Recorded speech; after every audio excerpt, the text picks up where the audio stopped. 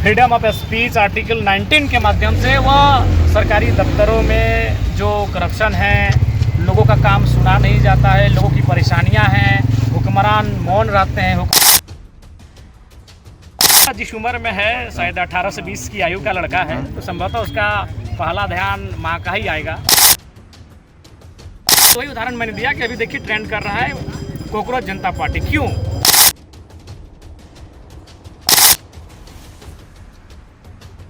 जोहार, देख रहे हैं आप द भारत मित्र।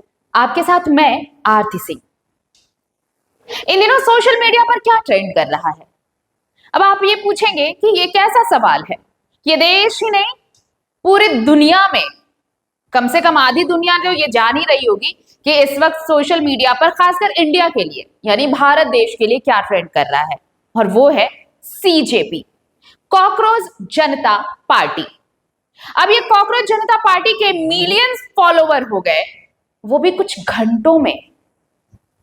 आप सोचिए कि अब तक सबसे ज्यादा फॉलोवर किस पार्टी के हुआ करते थे, किस राजनीतिक दल के हुआ करते थे? बीजेपी के। वो भी सालों लग गए, लेकिन सीजेपी के फॉलोवर्स को मिलियंस तक पहुंचने में कुछ घंटों का वक्त लगा। ऐसा क्यों हुआ? ऐसा इसलिए हुआ क्योंकि जिस बेरोजगार युवाओं को ये कहा गया कि वो कॉकरोच की तरह है, तो उन्होंने ये बताया कि ये कॉकरोच क्या कर सकते हैं। ये वो कॉकरोच, जिन कॉकरोच की बात हो रही है, कॉकरोच वो प्रजाति है, वो जीव है जो कभी मरते ही नहीं। वो किसी भी सिचुएशन में, किसी भी परिस्थिति में सरवाइव करते हैं। और ये कहा जाता है कि इस धरती पर सबसे अच्छा अगर सर्वाइवल स्किल किसी का है तो वो है कॉकरोच का। तो लीजिए, कॉकरोच ने बता दिया कि भाई वो क्या है। लेकिन ये ऐसा हुआ क्यों? ये ऐसा इसलिए हुआ क्योंकि जो व्यवस्था बनाई गई है, जो सिस्टम है, उस सिस्टम ने परेशान कर रखा है। और इसी परेशानी से निपटने के लिए कॉकरोचों ने अपनी एक अलग पार्टी बना ली और इसका नाम ही रख दिया सीजेपी, यानी कॉकरोच जनता पार्टी। अब क्यों ना हो इस सिस्टम के खिलाफ बगावत। अब भाई देखिए, मीशू मंडल की गिरफ्तारी हो गई गिरिडीह में।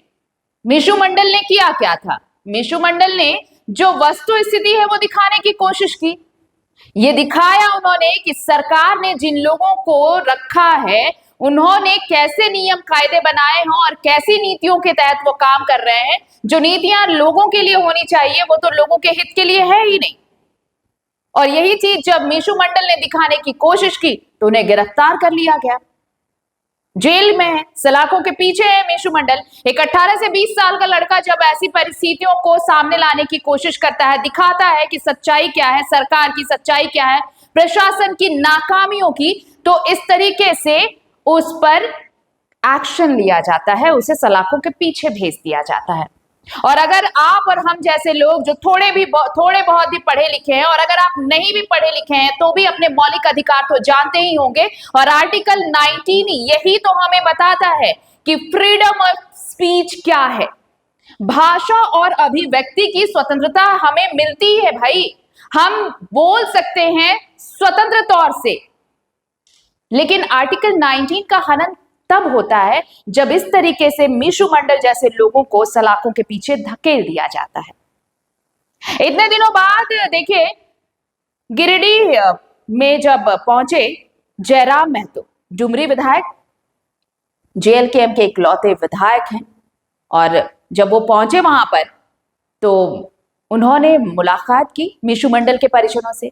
उन्होंने भी यही बात कहा कि भाई आर्टिकल 19 तो हमें ये अधिकार देता है ना, ये हमारा अधिकार है कि जो भाषा है, अभिव्यक्ति है, उसकी स्वतंत्रता तो हमें है। और अगर मीशू मंडल इन चीजों को दिखा रहा था तो फिर उनकी गिरफ्तारी कर ली गई।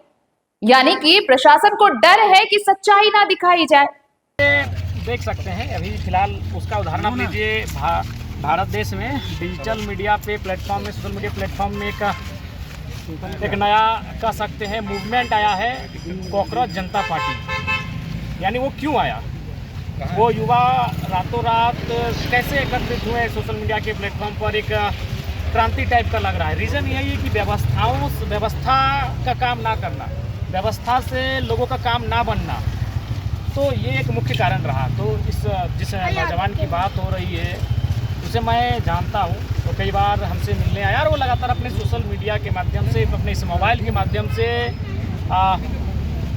फ्रीडम ऑफ स्पीच आर्टिकल 19 के माध्यम से वह सरकारी दफ्तरों में जो करप्शन है, लोगों का काम सुना नहीं जाता है, लोगों की परेशानियां हैं, हुक्मरान मौन रहते हैं, हुक्मरान चुप रहते हैं, उस पर वो लड़का आवाज़ उठाता था। और प्रशासन संभवतः मौके की तलाश में थी कि कभी कोई ऐसा मौका मिले कि उसे उसमें रपट दिया जाएगा। और तब जब उनसे ये पूछा गया कि भाई क्या मतलब ये जो इस तरीके से जो कार्रवाई की गई है तो इसके खिलाफ क्या कहेंगे, तो उनका ये कहना था कि भाई लोग व्यवस्था के खिलाफ लड़ रहे हैं ना, जो व्यवस्था आम आदमी के लिए होनी चाहिए वही व्यवस्था आम आदमी को परेशान कर रही है, तो क्यों कोई इस व्यवस्था के खिलाफ खड़ा नहीं होगा, और इसलिए तो सीजेपी है। वही उदाहरण मैंने दिया कि अभी देखिए ट्रेंड कर रहा है कॉकरोच जनता पार्टी। क्यों?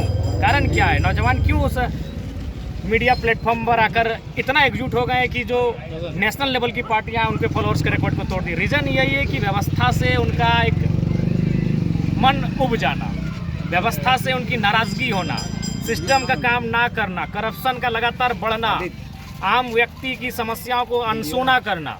अभी मान के चलिए हम लोग गिरिडीह में हैं, कुछ दिन पूर्व माननीय मंत्री जी पर को किसी ने चैलेंज किया था, जो मेरे हिसाब से भी गलत बात है। वो राज्य के सम्मानित मंत्री हैं, निसंदेह कार्रवाई होनी चाहिए थी, और 8 घंटे में पुलिस ने कार्रवाई किया।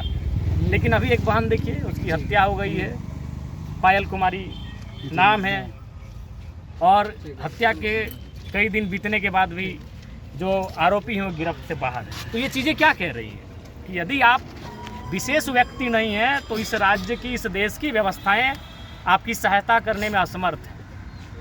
आखिर में जयराम महतो ने यह कहा कि देखिए, जाते जाते मीशू मंडल को जब गिरफ्तार कर ले जाया जा रहा था तो उन्होंने कहा, मीशू मंडल ने यह कहा था कि मेरे जाने के बाद मेरी मां का ख्याल रखना। जिस उम्र में है, शायद 18 से 20 की आयु का लड़का है, तो संभवतः उसका पहला ध्यान माँ का ही आएगा।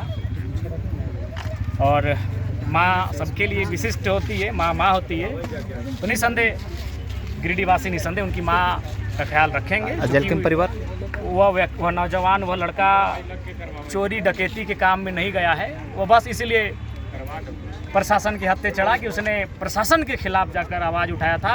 प्रशासन ने जहां गलत किया था, प्रशासन के खिलाफ नहीं, प्रशासन की गलत नीतियों के खिलाफ। तो जेएलकेएम नेता, जेएलकेएम सुप्रीमो, डुमरे विधायक जयराम महतो ने यह कहा कि जेएलकेएम परिवार उनके साथ खड़ा है, उनके इस लड़ाई में वो उनके साथ कंधे से कंधा मिलाकर खड़े रहने वालों में से हैं, और वो उनकी मां का, उनके परिवार का पूरा ख्याल रखने वाले हैं।